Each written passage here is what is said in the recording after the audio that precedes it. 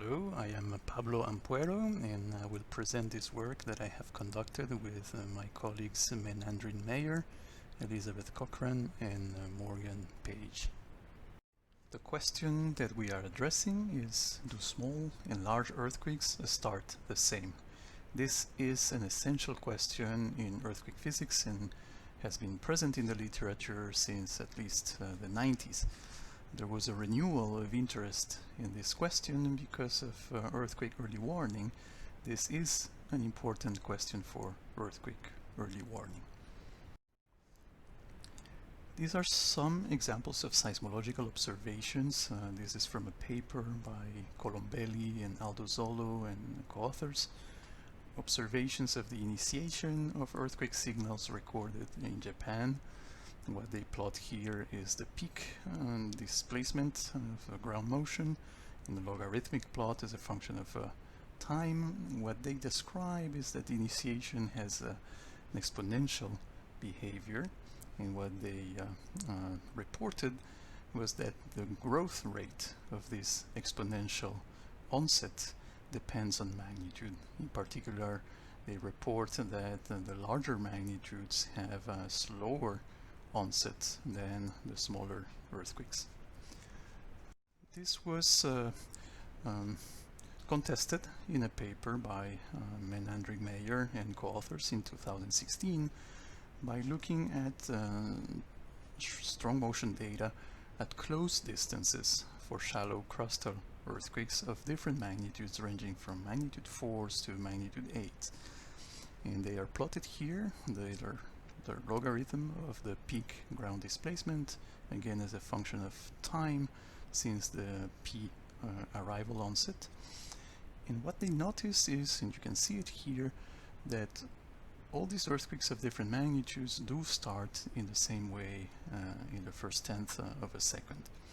Differences start to emerge, but only once the smaller ruptures are almost finished. That means at times that are longer than the rupture duration of the smaller events, you will start naturally seeing differences. Another perspective on the problem of earthquake initiation comes from teleseismic data, and in particular from 3 datasets of source time functions that have been available now for a few years. Here's an example, the one developed by Meier. An advantage of these source time function catalogs is that they collect observations from hundreds of earthquakes treated with the same methods and with the same quality control. So these are very uniform data sets, and the way we looked at it in a paper with Menandrin and Tom Heaton was to bin these source time functions by magnitude bins, and what are plotted here in this figure for each color corresponds to a different magnitude bin. They are shown here in the legend, and this is the median source time function within each magnitude bin as a function of time. And the key observation here is that the onset of these source time functions is very similar and independent of the magnitude. So all earthquakes of magnitudes above magnitude 7.2 seem to start the same when we looked at them from the standpoint of their source time functions. A recent paper by Melgar and Hayes brings a new perspective on these same source time functions. What they measured is the average moment acceleration defined in the following way. Here's a source time function, and we are going to zoom on the initial portion of it. This black curve is the source time function, again as a function of time, and at a given time, capital T, we will define the average moment acceleration as the value of the moment rate of the source time function divided by t. If you trace a line from the origin up to this point here, and the slope of that line is the average moment acceleration. And one can show also that it represents the average of the moment acceleration function. What Meier and Hayes did was to plot these average moment accelerations, measure it for earthquakes of different magnitudes at different times, and plot it as a function of moment, of the final moment. And here's how that looks like for a measurement time of 10 seconds. They did it also for other times. This is the same for 20 seconds. And you can see a trend. It's very clear in these two plots. They describe this as a systematic difference of average moment acceleration that scale with magnitude.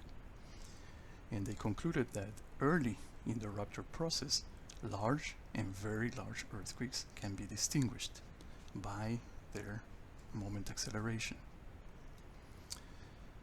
This is something that is at odds with the conclusions of our work with Meier and Tom Heaton, which was based on the same types of source time function databases. So we were curious and puzzled, how can we reconcile this? And we have found that there's a number of issues in this analysis by Meier and Hayes. Well, we would have liked to submit a comment to the same journal, Science Advances, but it turns out that this journal does not accept formal comments anymore. So you can only submit very short commentaries that are not citable. They don't receive a DOI, a digital object identifier. So we have submitted our expanded comment paper to JGI, and it's undergoing minor revisions, hopefully published soon. The first issue that we find with this type of analysis is that the main trend that you see here actually has a very trivial origin, which doesn't say much about the predictability of earthquakes actually. Notice that this is a log-log plot, so any event that, and it's measured at time of 10 seconds, and any event whose rupture duration is shorter than 10 seconds will have a AMA equal to 0, a zero slope, so it will not get plotted into this figure. So basically this plot only contains events whose rupture duration is longer than the measurement time. All right, let's write it this way. On the other hand, from dimensional analysis, we know that the moment acceleration scales as the seismic moment divided by the square of a characteristic timescale of the problem, which we take naturally as the rupture duration. So we have this other relation here.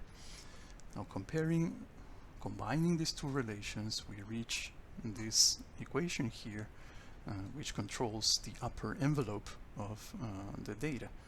And this is actually the dashed line that you see here in the figure. Second issue is that this AMA quantity is not representative of moment acceleration if you measure it at a time that is longer and past the peak of the moment rate.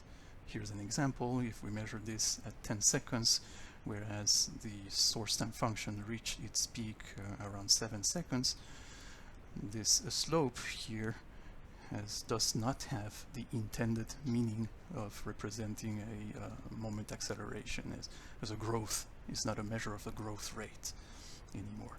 So we are going to call this type of measurements invalid because they are measured after the peak and they don't represent a growth property of the earthquake. And this has an easy fix. We can just remove the invalid data from the discussion.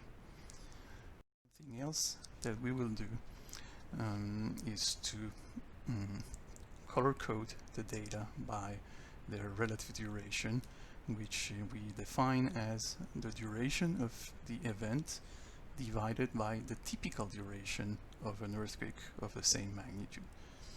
And this typical duration comes from, well, empirical relations. So here are rupture durations coming from one of those source time functions databases plotted as a function of magnitude. We are making a regression here, that's a black line here, and we will color code the durations by the ratio relative to this typical duration, which is the regression here. So red events will be the unusually long ruptures, and the blue will be the unusually short ruptures. So with those conventions, we come back to the same plot of average moment acceleration. Now the black dots are the ones you have to ignore. Those are the invalid measurements. And the colors are, as we said, indicative of the relative duration of the events. What we conclude from this version of the figure is, or that we observe, is that there is a strong selection bias in making these plots, in the sense that the events that have a lower acceleration, moment acceleration, turn out to be those that have a atypically long rupture. And conversely, all the events that have large average moment acceleration in this plot are the ones that have unusually short ruptures.